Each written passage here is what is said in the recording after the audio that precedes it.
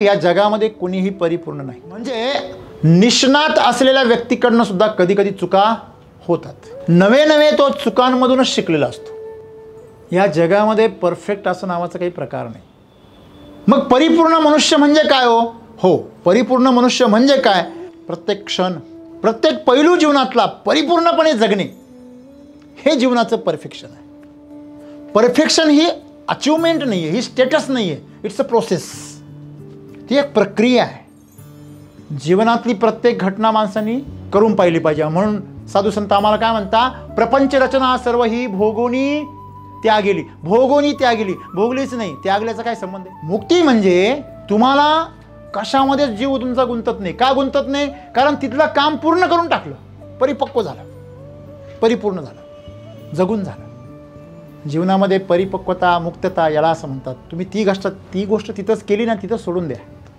तिला स्वतःबरोबर वाहून घेऊन जाऊ नका। आणि वाहून घेऊन गेल्यानेच मेमरी तयार होते, दुःख तयार होतं, वेदना तयार होतात, शल्य तयार होतं आणि ते कायम तुम्हाला काट्यांसारखं आतमधून टोचत राहतं, तुम्हाला त्रास देतात, वेदना। तुम्ही स्वतःला वेदना देताय म्हणजे तुम्ही पापी आहात, लक्षात ठेवा। म्हणून पहिला लोकांच्या आत्म्याचा विचार करण्याच्या अगोदर पहिला स्वतःच्या आत्म्याचा विचार करा आणि त्याला हे तृप्त होऊ द्या। आणि त्याला असं तृप्त करा की तुमचं 10वं 13वं सुद्धा घालायची गरज नाही पडली पाहिजे। एवढं मनमोकळेपणाने मृत्यूला कवटाळा आणि स्वतः या जगातून मुक्त व्हा। मित्र हो, आपण प्रत्येकजण परफेक्ट होण्याचा प्रयत्न करत असतो। कारण आपल्या सगळ्यांना माहिती आहे परफेक्ट झाला म्हणजे त्याला आदर मिळतो। कुठल्याही कामामध्ये, जगण्यामध्ये, नात्यामध्ये जेव्हा आम्ही परफेक्शन आणण्याचा प्रयत्न करतो तेव्हा आमच्या मनामध्ये कल्पना आहे की जेव्हा आम्ही परफेक्ट होतो ना तेव्हा आम्हाला सर्व बाजूनी काय मिळतो? मान सन्मान मिळतो। एखादा तिरंदाज असेल, एखादा शार्प शूटर असेल आणि त्याला जर ऑलिम्पिकमध्ये जर गोल्ड मिळालं तर लोक त्याला परफेक्ट समजतात की निशाणा परफेक्ट आहे। एखादा वक्ता स्टेजवर आला आणि अतिशय सुंदर प्रभावीपणे तो जर बोलू लागला तर लोक त्याचा सन्मान करतात, कारण त्याला परफेक्ट समजतात। एखादा कलाकार असो, एखादा खेळाडू असो, राजनेता असो, एखादा बिझनेसमॅन असो किंवा कुठल्याही क्षेत्रामधला उच्च पदावर पोहोचलेला व्यक्ती असो, तो त्या क्षेत्रामध्ये काय असतो? परफेक्ट असतो, परिपूर्ण असतो, असं समाजाला वाटतं। परिपूर्ण असतो की नसतो हे त्याला माहिती आहे, पण समाजाला काय वाटतं? हा काय आहे? परिपूर्ण आहे, म्हणून समाज त्याला काय करतो? आदर करतो। परंतु वास्तविकता ही आहे, या जगामध्ये कोणीही परिपूर्ण नाही। म्हणजे निष्णात असलेल्या व्यक्तीकडनं सुद्धा कधी कधी चुका होतातच। नवे नवे तो चुकांमधूनच शिकलेला असतो। परंतु सामान्य माणसाला मात्र एवढ्या खोलात जायची सवय नसते। त्यांनी त्याचा गेन पाहिलेला असतो, त्याचा पेन पाहिलेला नसतो।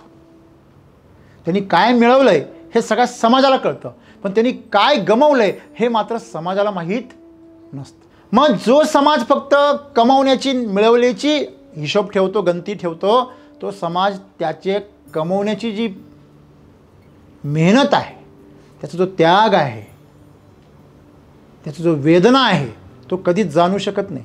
आणि तो जोपर्यंत हे जाणू शकत नाही तोपर्यंत त्याला हा चमत्कार वाटणार आहे। कुठल्याही जादूगाराला विचारा तुम्ही, त्याच्याकडं कुठलीच जादू नाही आहे।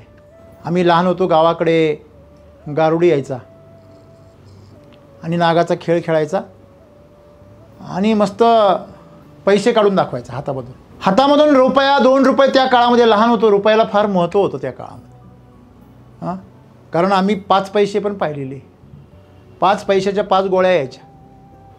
आता 1 रुपयाचं पण काही येत नाही, तो भाग वेगळा आहे। ज्या वेळेस तो गारुडी 1 रुपया काढायचा, 50 पैसे काढायचा, आम्हाला मोठा चमत्कार वाटायचा। त्यांनी जर 2 रुपयाचा ठोकळा काढला तर मग आम्ही उड्याच मारायचो, बापरे। पण त्या काळात कळायचं नाही, थोड्या वेळाने तो नागाचा डान्स दाखवायचा आणि ती टोपली घेऊन हिंडायचा पैसे गोळा करायला। मला प्रश्न नंतर असा पडायचा, याला जर पैसे तयार करतात हा गोळा कशाला करतो? कुठल्याही जादूगाराला माहिती आहे का तो जे करतो त्याला हात चलाकी असं म्हणतात। तो अशा काही ट्रिक्स वापरतो ज्या आम्हाला माहिती नसतात। हां, जादूगार नाही आहेत का? आहेत ना, जादूगार आहेत आणि ते होते पण, आणि भयंकर कला कौशल्य असले जादू, पण त्यांची साधना होती। पण आम्ही ज्यांना जादूगार म्हणतो ते जादूगार नाही, ते हात चलाकी करणार आहे. या जगामध्ये परफेक्ट असं नावाचा काही प्रकार नाही. परंतु आम्हाला आमची बुद्धी ज्यावेळेस चालायची बंद होते, आम्ही त्याला काय म्हणतो, चमत्कार आहे. बरोबर आहे. खरं सांगू का तुम्हाला, खरं तर आम्हाला आमची बुद्धी चालवायचीच नसते. आम्ही ज्यावेळेस शाळा शिकत होतो, आमच्या वर्गामध्ये काही मुलं फार उत्तर द्यायची आणि फार हुशार असे. आम्ही त्यांना म्हणतो, हे फार हुशार आहे. अरे ते हुशार नाही, तू आळशी आहे. त्यांच्या डोक्यामध्ये मेंदू, तुझ्या डोक्यामध्ये काय प्लास्टिक भरलेलं आहे का? हां, जुने लोक म्हणजे काय कांदे बटाटे भरले का डोक्यात तुझ्या? हां, अरे कांद्या बटाट्याला तरी किंमत आहे, एवढं तुझं डोकं बधीर आहे. हां, म्हणजे तुला खायचं कळतं, आळस कळतो, आराम करायचं कळतं, गृहपात बुडवायचं कळतो, खोटं बोलायचं कळतं, सरपोट दुखत होतं आज, थापा मारायच्या कळतात, त्यासाठी मेंदू आहे तुझ्याकडे. हां, पण वर्गातला अभ्यास करून उत्तर द्यायची तुझ्याकडे मेंदू नाही आहे. का? जबाबदारी नको आहे म्हणून 4 डोके पुढे गेले का हां तुम्ही हुशार. तुम्ही हुशार म्हटलं का आपली जबाबदारी संपली ना. हे महत्त्वाचं आहे. आत्ताच्या काळामध्ये जर मॉनिटर व्हायचं असेल, वर्गनायक व्हायचं असेल तर स्पर्धा राहते पोरांमध्ये. तर त्या काळामध्ये सगळे हां तू होणार रे, आणि तू होणार रे, तू होणार रे, तुम लढो हम कपडे संभाळते, उधर कुछ गडबड हुई इधर ही भाग जाते. हे आमची जीवनशैली आहे. आणि म्हणून परिपूर्ण या जगामध्ये कोणी नाही आहे. पण ज्यांना आम्ही परिपूर्ण म्हणतो त्यांना परिपूर्ण म्हटल्याने आम्हाला सामान्य आणि असामान्य यांच्यामधला भेद करता येतो आणि आपली जबाबदारी झटकते. अरे तुला माहिती नाही रे, तू ब्रिलियंट आहे, ब्रिलियंट. तू काय कचरा आहे का? तुझं मेमरी कार्ड करप्ट व्हायला आहे काय? झालेलं काय? तू आउटडेटेड झालेला कम्प्युटर जन्माला आलाय का? नाही मित्रांनो, जीवनामध्ये परिपूर्ण कोणीच नाही. मग परिपूर्ण मनुष्य म्हणजे काय हो? हो, परिपूर्ण मनुष्य म्हणजे काय तर सद्गुरू त्याची सुंदर व्याख्या करतात. ते म्हणता प्रत्येक क्षण,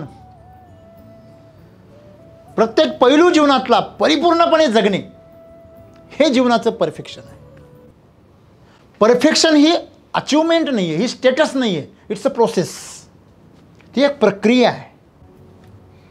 परिपूर्ण हे स्टेटस नाही. हां आत्ता तुम्ही परिपूर्ण झाले असं कधीच नसतं. आता किती वाजले सांगा बरं? सांगेपर्यंत सेकंद बदललेला असतो. हॅलो, तुम्ही कधीच परफेक्ट टाईम सांगू शकत नाही. का? It's a process. तुम्हाला सर्व टाईम थांबावं लागेल. मग सांग हां सर आता एवढे वाजून एवढे मिनटं झाले आणि एवढे सेकंद आणि एवढे क्षण झाले. हां, तुम्हाला माहिती आहे आपण जे शब्द वापरतो क्षण, पल, घटका, हे जे शब्द आहे ह्याचं पूर्ण विज्ञान आहे. आपली पापणी दर काही वेळानंतर काय करत असते? उघडझाप करते. चित्र गायब होतं का समोरचं? नाही होत. का? समोर जर वाघ उभा असेल तर पापणी बी पडत नाही. मग हां काय बोलतो सर? हा खरं आहे, करून पहा.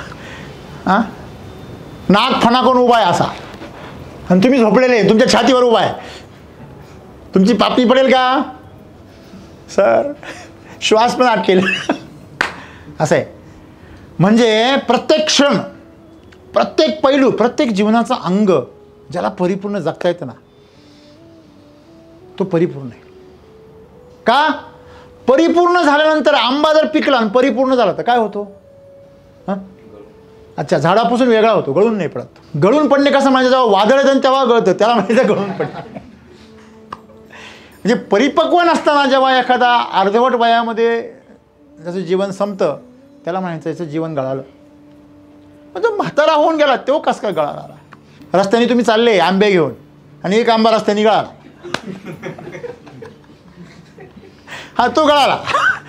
हां, म्हणजे जो गळाला नाही लागला तो गळाला. आलं लक्षामध्ये?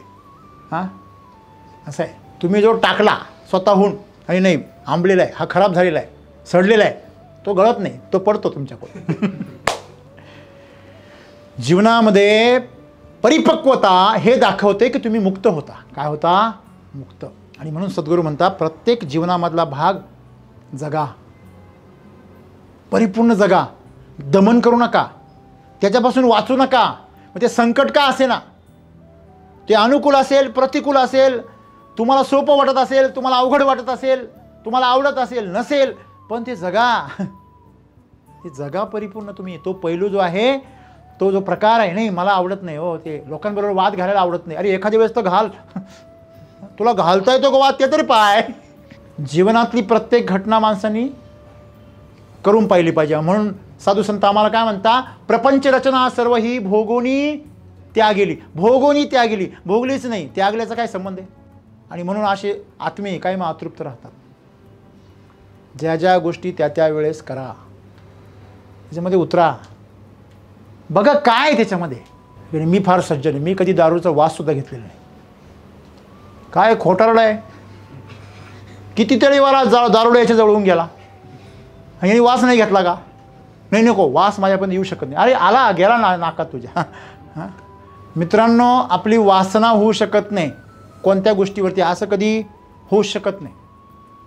त्याच्यामुळे प्रत्येक क्षण जगा, त्याच्यामधली व्यर्थता समजून घ्या.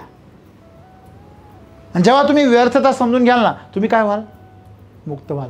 असं आहे, समजा एखादं व्यसन सोडायचं आहे तुम्हाला, दारू सोडायची आहे, सिगरेट सोडायचं आहे, वाईट खोटं बोलणं सोडायचं आहे, तुम्हाला ते मोबाईल पाहणं, रील पाहणं, मनोरंजन करणं, झोपा काढणं, ज्या ज्या वाईट सवयी आहे किंवा व्यसनं तुम्हाला लागलेली तुम्हाला सोडायची आहे, तर फार सोपं आहे. मंत्र सांगून जमत नाही, तो अंमलात आणावा लागतो. हां, नाही तर महामृत्युंजय मंत्र पण आहे आपल्याकडे. किती जण परत जिवंत झाले. हां, म्हणजे त्या मंत्रामध्ये ताकद नाही का. हाच मंत्र ऋषीमुनींनी वापरून जिवंत केली माणसं. असं आहे, आपल्याकडे विमान आहे पण आपल्याला चालवता येत नाही, हा प्रॉब्लेम आहे. मंत्र असून चालत नाही, त्याचं तंत्र माहिती असलं पाहिजे, त्याचे मंत्र माहिती असले पाहिजे, तर ते तुमच्या उपयोगाला येतं. ज्यावेळेस जीवनामध्ये या सगळ्या गोष्टींना अनुभवतच नाही, तोपर्यंत आपल्याला त्यातले जे सिक्रेट रहस्य आहे ते आपल्याला कळत नाही. हा लक्षामध्ये. आणि म्हणून जीवनामध्ये तुम्हाला जर खऱ्या अर्थाने मुक्त व्हायचं असेल, मुक्त म्हणजे काय हो, काहींना असं वाटतं मुक्त म्हणजे डायरेक्ट हे संसारामधून डायरेक्ट संन्यास बिन्यास घेऊन जायचं का काय. नाही, मुक्त याचा अर्थ जसा आमचा जीव गुंतून राहतो का नाही, कुठेतरी माणसात गुंततो, कुठेतरी वस्तूंमध्ये, पदार्थामध्ये, करिअरमध्ये, पदामध्ये, एखाद्या कामामध्ये कुठेतरी आमचा जीव गुंततो. हां, आणि दररोज गुंतो. असं काही नाही का आज गुंतला होता आणि काल गुंतला होता, नाही, दररोज गुंतो. दररोज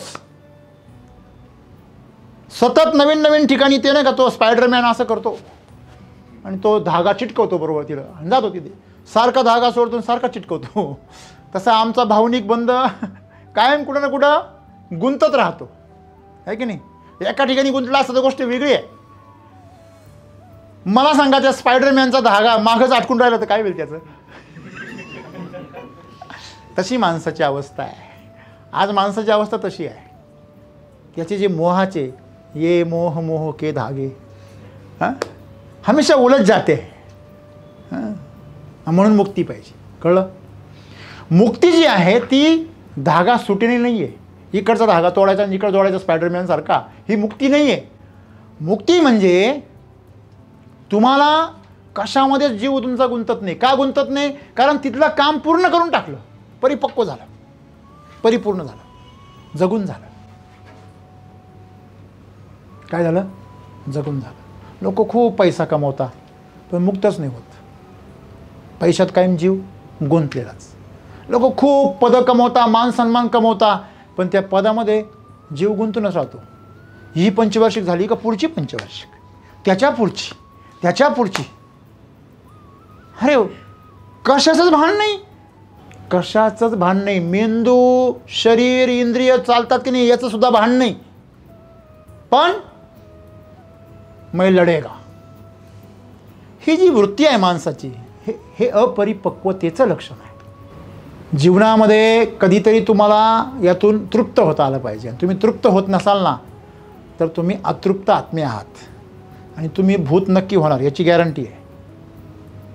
आणि म्हणून आजकाल भूत रात्रीचे कमी, दिवसा जास्त दिसतात. भूतांना पाहण्यासाठी तुम्हाला रात्र करण्याची काही गरज नाही. आता जिवंतपणे तुम्हाला भूत बघायला मिळतात, त्यांच्यामध्ये जिवंतपणाच नाही.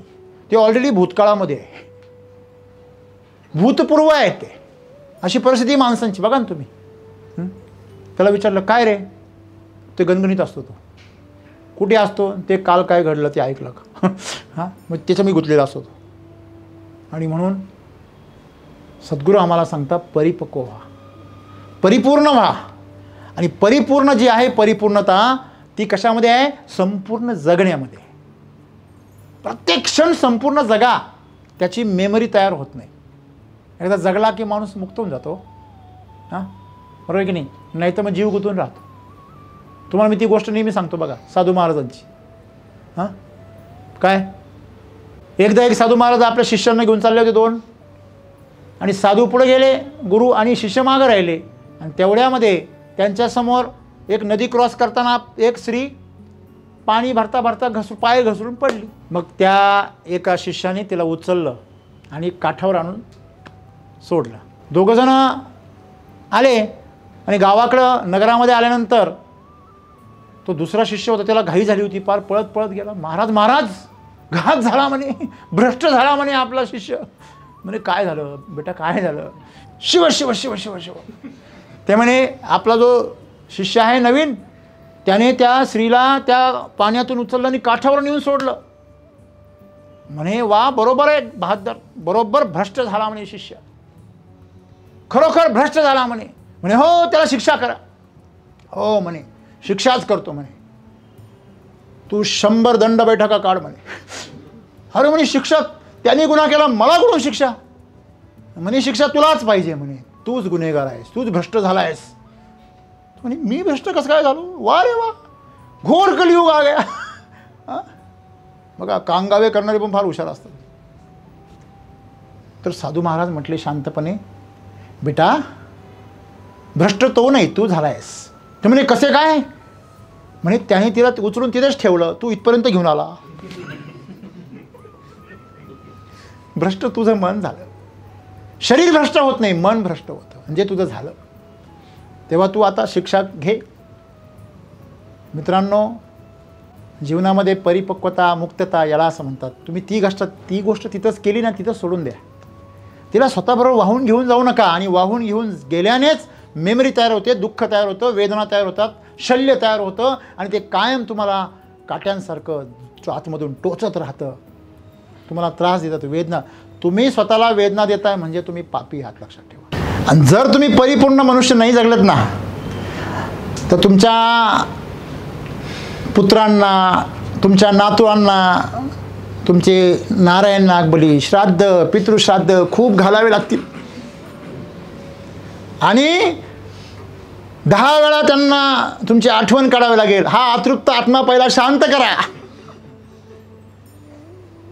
मित्रांनो, माणसं मरतात पण ते पुढच्या पिढीच्या मानगोटीवर बसतात, त्यांना उमजूच देत नाही काही. हां, हे बिचारं कष्ट करतं, त्याच्यावर कायम संकट, कारण ते याच्या माध्यमातून जगायला पाहतात. याच्या मनात नाही, ध्यानात नाही, तरी दारू पितं. हे का? तर कारण आजोबाच्या लक्षात होतं का मला प्यायची होती, राहून गेली, पण नातवाच्या मानगुटीवर बसतं ते. हे गैरसमज किंवा हे भ्रम किंवा अंधविश्वास नाही, लक्षात घ्या.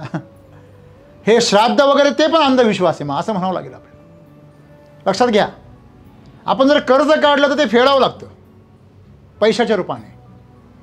हां, आपण वस्तू घेतली तर त्याची किंमत मोजावी लागते.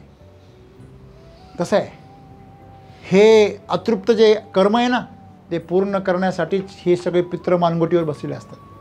हे नेहमी लक्षात ठेवा. त्याच्यामुळे त्यांच्या आठवणी, त्यांच्या वस्तू, त्या सगळ्या गोष्टी बघा. तुम्हाला ऐकलं असेल तुम्ही, ब्राह्मण असतात ना, ते सांगतात हे सगळं साफ करा आणि हे काय करा, पेटवा.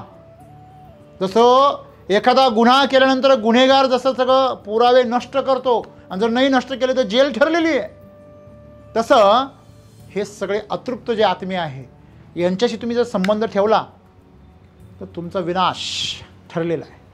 आणि म्हणून पहिला लोकांच्या आत्म्याचा विचार करण्याच्या अगोदर पहिला स्वतःच्या आत्म्याचा विचार करा आणि त्याला हे तृप्त होऊ द्या.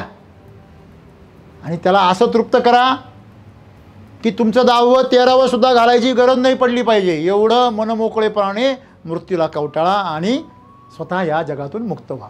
म्हणून जीवनामध्ये परिपक्वता, परिपूर्णता मनुष्याची, परिपूर्ण मनुष्य त्याला म्हणायचं जो प्रत्येक क्षण जगतो. त्याला काय फिकीर नाही, काल काय घडलं होतं आणि उद्या काय घडणार आहे आणि लोक काय म्हणणार आहे ह्याच्याशी काही घेणं नाही. जे आहे त्याच्यामध्ये जगा आणि पूर्णपणे जीवनाचा आनंद घ्या. तुम्ही नेहमी परिपूर्ण राहाल आणि जेव्हा कधी मृत्यू येईल त्याचं तुम्ही आनंदाने स्वागत कराल. धन्यवाद.